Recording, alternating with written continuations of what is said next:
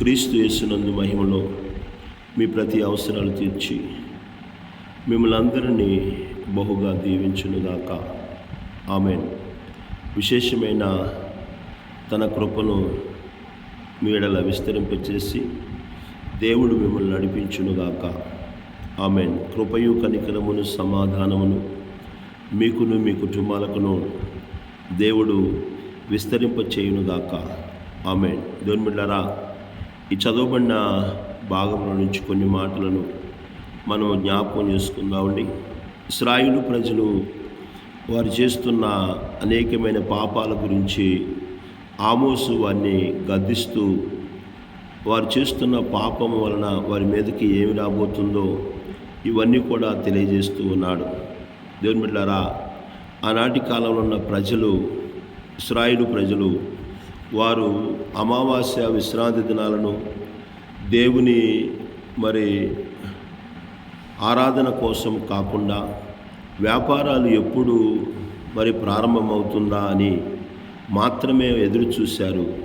వారి హృదయము దేవునిపై కాక ధనముపైనే ఉందనే విషయాన్ని మనం గుర్తుంచుకోవాలి. దేవుని బిడ్డలారా, ఆరాధన ఎప్పుడు జరుగుతుంది, ఆరాధనకి ఎప్పుడు వెళ్దాము, దేవుణ్ణి ఆరాధన చేద్దామనే ఆసక్తి, ఆశ వాళ్ళకి లేదు. కానీ ఎప్పుడు ఆరాధన గతించిపోతుంది, ఎప్పుడు మనం వ్యాపారాలు ప్రారంభించుకుందాము అని వారికి దేవుని మీద కాకుండా ధనం మీదే, వ్యాపారం మీదే వారి కనుదృష్టి ఉన్నట్లు మనం చూస్తూ ఉన్నాం. కనుక ఉదయకాల సమయంలో గుర్తుంచుకోవాలి, దేవుని ఆరాధనను నిర్లక్ష్యము చేయకూడదు. మొట్టమొదటిగా మనం గమనించినట్లయితే ఆనాడు ఉన్న ఆమోసు కాలంలో ప్రజలు ఆరాధనను నిర్లక్ష్యం చేశారు. నిర్లక్ష్యం చేసి వాళ్ళకు ఆరాధన కాదు ముఖ్యము వ్యాపారమే వారికి ముఖ్యముగా వారు భావించినట్లు, దేవుని మీద కాకుండా ధనం మీదే వారి దృష్టి ఉన్నట్లు, ఎప్పుడు ఆరాధన అయిపోతుంది, ఎప్పుడు మనం ఆరాధన వ్యాపారం చేసుకుందామనే ఆలోచనలోనే వాళ్ళు ఉన్నారు. కానీ దేవుని మీద వారికి దృష్టి లేదనే విషయాన్ని మనం గుర్తుంచుకోవాలి. దేవుని బిడ్డలారా, కనుక దేవుని వాక్యాన్ని మనం గమనించినట్లయితే దేవుని ఆరాధనను మనం నిర్లక్ష్యము చేయకూడదనే విషయాన్ని మనం గుర్తుంచుకోవాలి. మత్తయి సువార్త 6వ అధ్యాయం 24వ వచనాన్ని మనం చదివినట్లయితే ప్రభువైన యేసుక్రీస్తు వారు కొండ మీద ఆయన ప్రసంగం చేస్తూ తెలియజేస్తున్న మాటలను మనం గమనించినట్లయితే 6వ అధ్యాయము 24వ వచనాన్ని మనం చదివినట్లయితే దేవుని బిడ్డలారా, యేసు ప్రభు వారు కొండ మీద ప్రసంగం చేస్తూ ఈ విధంగా ఎవడును ఇద్దరు యజమానులకు దాసుడిగా ఉండనేరడు. అతడు ఒకరిని ద్వేషించి మరి ఒకరిని ప్రేమించును, లేదా ఒకరిని పక్షముగా నుండి మరి ఒకరిని తృణీకరించును. మీరు దేవునికిని సిరికిని దాసులుగా ఉండనేరరు. దేవుని బిడ్డలారా, గమనించండి, వాళ్ళకు యేసు ప్రభు వారు ఈ లోకములో యేసు ప్రభు వారితో పోటీ పడేది ఏదైనా ఉంది అంటే అది ధనమే అనే విషయాన్ని గుర్తుంచుకోవాలి. ధనమే దేవునికితో పోటీ పడుతూ ఉంది. ఈనాడు మనుషులు ధనము కోసము దేవునిని విడిచిపెట్టే వ్యక్తులుగా ఉంటున్నారు. ధనం మీదే దృష్టి కానీ దేవుని మీద దృష్టి లేకుండా ఉన్నట్లు మనం గమనించవలసిన వారు విన్నాం. యేసు ప్రభు చెప్పాడు, మీరు ఇద్దరికి దాసులుగా ఉండనేరరు. ధనానికి సిరికిని, దేవునికిని సిరికిని మీరు దాసులుగా ఉండనేరరు. దేవుని బిడ్డలారా, గమనించండి, యేసు ప్రభు వారు ఇక్కడ తెలియజేస్తున్న మాటను మనం గమనించినట్లయితే దేవుని బిడ్డలారా, దేవునిని వెంబడిస్తున్న మన జీవితాలలో దేవుని మీద మనకు దృష్టి ఉండాలి. కానీ ఈ లోక సంపద మీద, లోకములో ఉన్న వ్యాపారాల మీద, లోకములో ఉన్న ధనం మీద మనము ఆసక్తి కలిగిన వ్యక్తులుగా మనం ఉండకూడదు. ఆ రోజుల్లో వాళ్ళు ఇశ్రాయేలు ప్రజలు ఏం చేశారంటే ధనం మీద వారి దృష్టి ఉంది కానీ దేవుని మీద లేదు.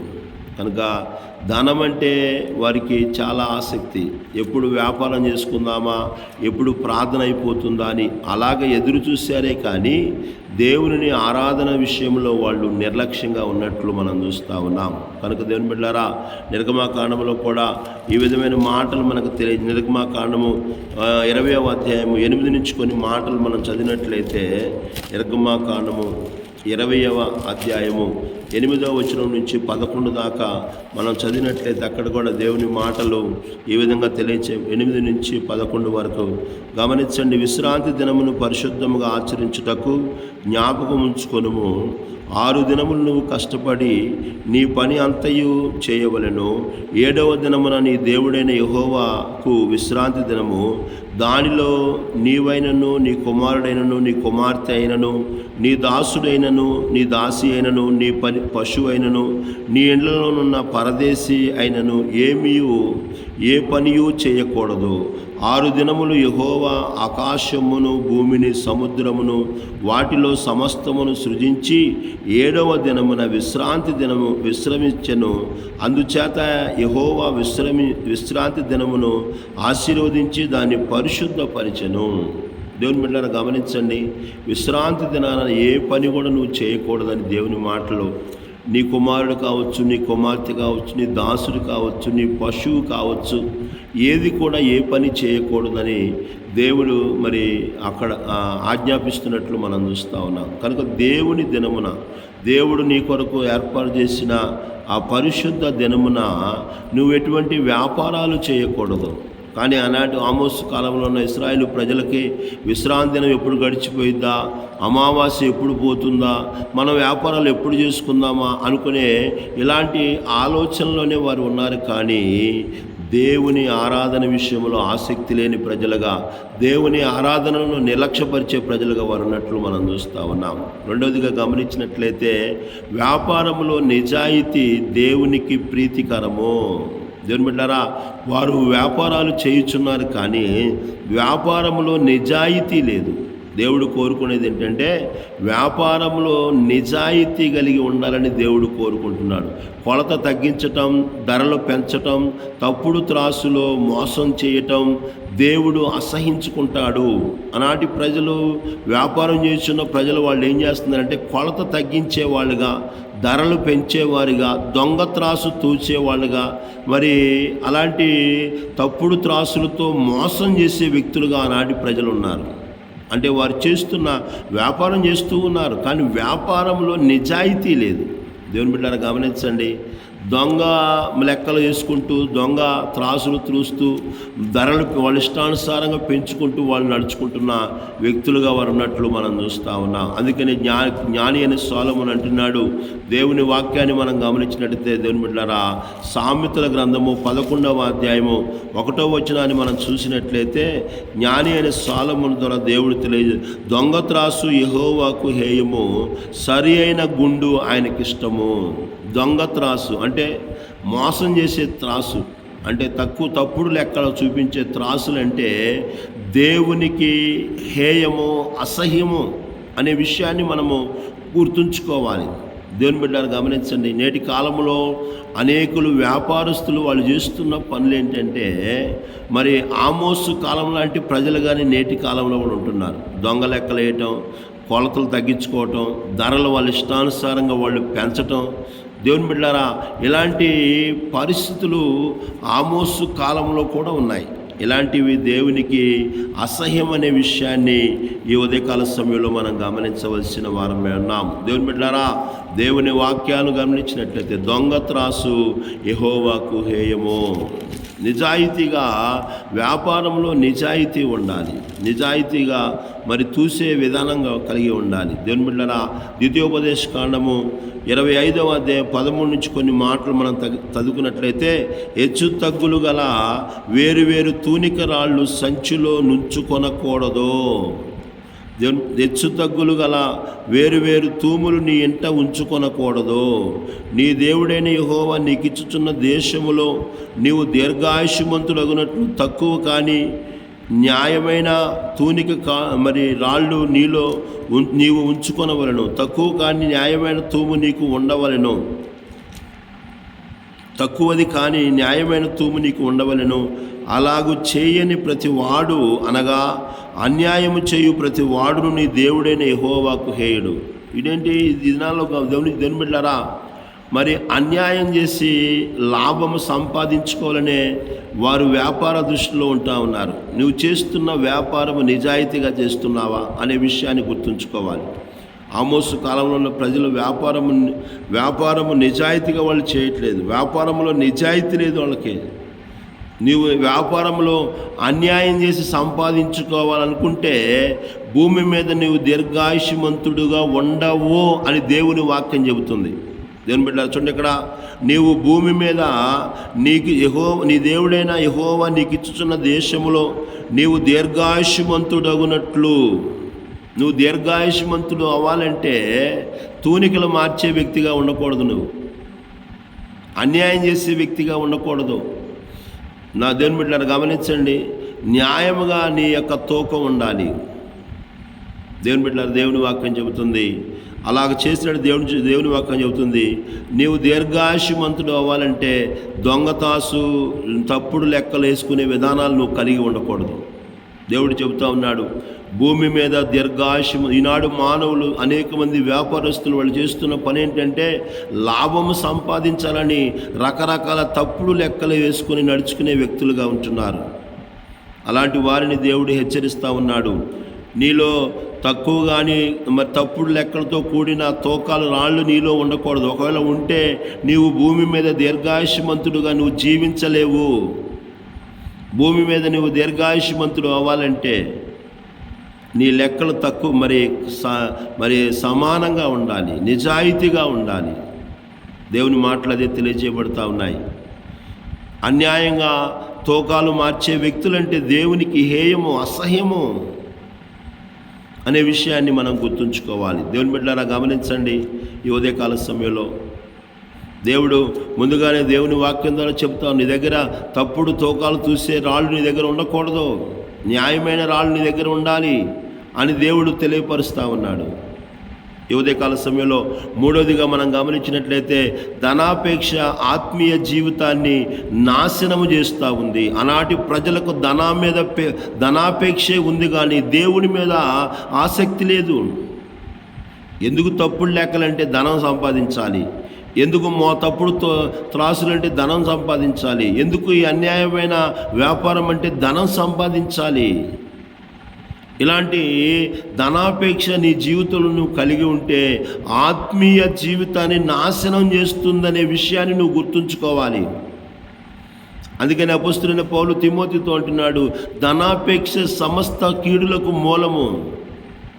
కొందరు దాన్ని ఆశించారు, విశ్వాసముల నుండి తొలగిపోయి తమ్ముడు తాము పొడుచుకొని చంపుకున్నారని దేవుని మాటలు మనకు తెలియచేయబడతా ఉన్నాయి.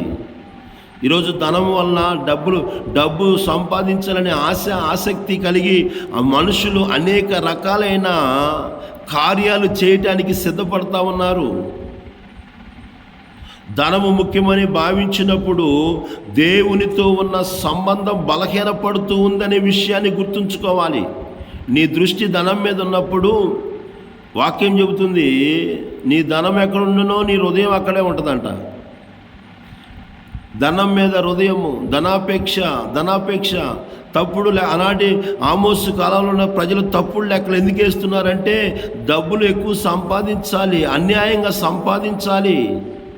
అన్యాయంగా నువ్వు సంపాదించావు అనుకోండి, నీవు భూమి మీద దీర్ఘాయుష్మంతుడు అవ్వలేవు అని చెప్పి దేవుడు మాట్లాడుతూ ఉన్నాడు. సరి అయిన గుండు ఆయనకి ఇష్టము. ధనాపేక్ష నీ జీవితంలో ఆత్మీయ జీవితాన్ని నాశనం చేస్తుందనే విషయాన్ని గుర్తుంచుకోవాలి. ఈ ఉదయకాల సమయంలో దేవుని బిడ్డలారా, అనేకమైన విషయాలు ఉన్నాయి, చెప్పడానికి సమయం లేదు. దేవుని వాక్యం చెబుతుంది, బయట ఆరాధన మాత్రమే కాదు కానీ హృదయ శుద్ధి కూడా అవసరమని దేవుడు తెలియపరుస్తూ ఉన్నాడు. బయట ఆరాధన చేస్తూ ఉన్నారు కానీ వారి హృదయం అంతా వ్యాపారం మీదే ఉంది. ఆరాధనకు వచ్చారు, పాటలు పాడుతున్నారు, ఆరాధన చేస్తున్నారు, ప్రార్థన చేస్తున్నారు, వాక్యం వింటున్నారు, కానీ వ్యాపారం ఎప్పుడు చేసుకుందామని దాని మీదే వాళ్ళ దృష్టి ఉంది. హృదయం వాళ్ళకి దేవుని మీద లేదు కానీ వ్యాపారం మీద ఉంది. దేవుడు అంటున్నాడు, బయట ఆరాధన కాదు దేవుడికి కావాల్సింది నీ హృదయ అంతరంగములో నీ హృదయ సంబంధమైన ఆరాధన దేవుడు కోరుకుంటున్నాడు. నీ హృదయం శుద్ధిగా ఉండాలని దేవుడు కోరుకుంటున్నాడు.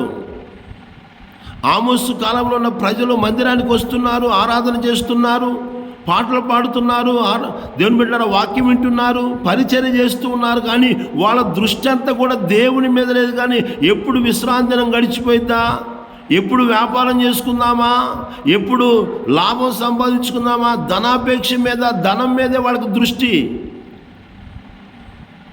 నేటి కాలంలో కూడా అనేకులకి ఇటువంటి పరిస్థితే ఉంటా ఉంది.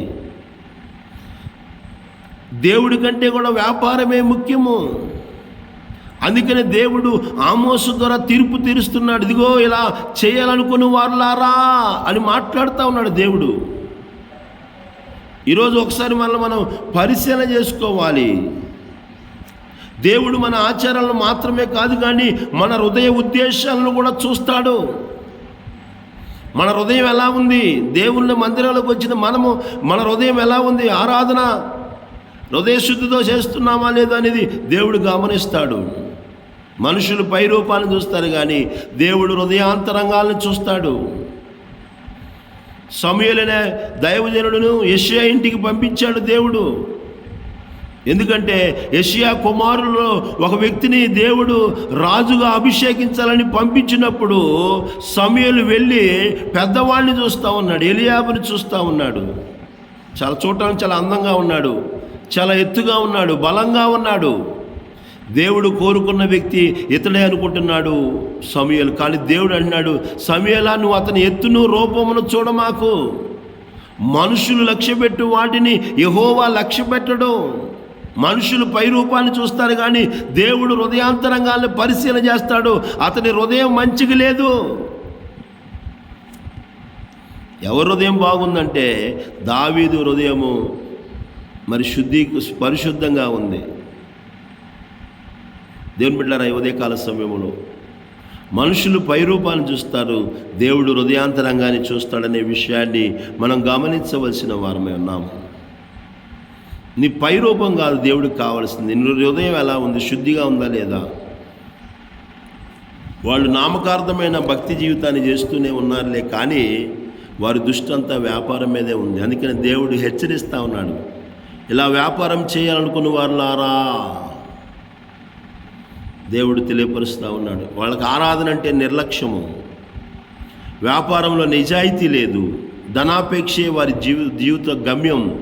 ధనం సంపాదించాలి, బయట ఆరాధన మాత్రమే వాళ్ళకు ఉంది, కానీ హృదయంలో దేవుణ్ణి ఆరాధించాలనే ఆసక్తి వారికి లేదు. ఈ ఉదయకాల సమయంలో మనం గమనించి దేవుని ఆరాధనకు మనం ప్రాధాన్యత ఇవ్వాలి. దేవుని ఆరాధన ఈ లోకంలో అన్నిటికంటే ముఖ్యమైనది దేవుని ఆరాధనని, దానికి ప్రాముఖ్యత. వ్యాపారం, ఉద్యోగము, ఆర్థిక వ్యవహారాలలో నిజాయితీగా ఉండాలి, అవినీతిగా ఉండాలి. ధనాన్ని కాదు, దేవునికి మొదటి స్థానాన్ని ఇవ్వాలి. కానీ ఆమోసు కాలంలో ఉన్న ప్రజలు ధనానికి మొదటి స్థానం ఇచ్చారు, ధనానికి ప్రాధాన్యత ఇచ్చారు. ఎలాంటి మోసం, అన్యాయం చేయకుండా నీతిగా జీవించాలని దేవుడు చెబుతా ఉన్నాడు. దేవుని ఆరాధనను నిర్లక్ష్యం చేయకూడదు. ధనం, లోభం దేవునికి అసహ్యం అనే విషయాన్ని గుర్తుంచుకోవాలి. కనుక నా ప్రియమైన దేవుని బిడ్డలారా, నీ వ్యాపారం కోసము, నీ పని కోసము దేవుని ఆరాధనను నిర్లక్ష్యం చేస్తూ ఉన్నావేమో, వ్యాపారంలో నిజాయితీ లేకుండా నడుచుకుంటున్నావేమో, ధనాపేక్ష కలిగి నీ జీవితంలో ఆత్మీయ జీవితాన్ని నాశనం చేసుకుంటున్నావేమో. వెలుపడి ఆరాధనే ప్రజలకి ప్రాముఖ్యమైనదిగా భావించుకుంటున్నావు, కానీ నీ హృదయ శుద్ధిని దేవుడు చూస్తాడనే విషయాన్ని గుర్తుంచుకొని హృదయపూర్వకంగా దేవుణ్ణి ఆరాధన చేసే వ్యక్తులుగా మనం ఉండాలని, అటు కృపను, ధన్యతను ప్రభు ప్రతి బిడ్డకు దయచేయునుగాక. దేవుడి కొద్ది మాటలు మనందరి వినికిల్లో దీవించునుగాక. Amen, amen.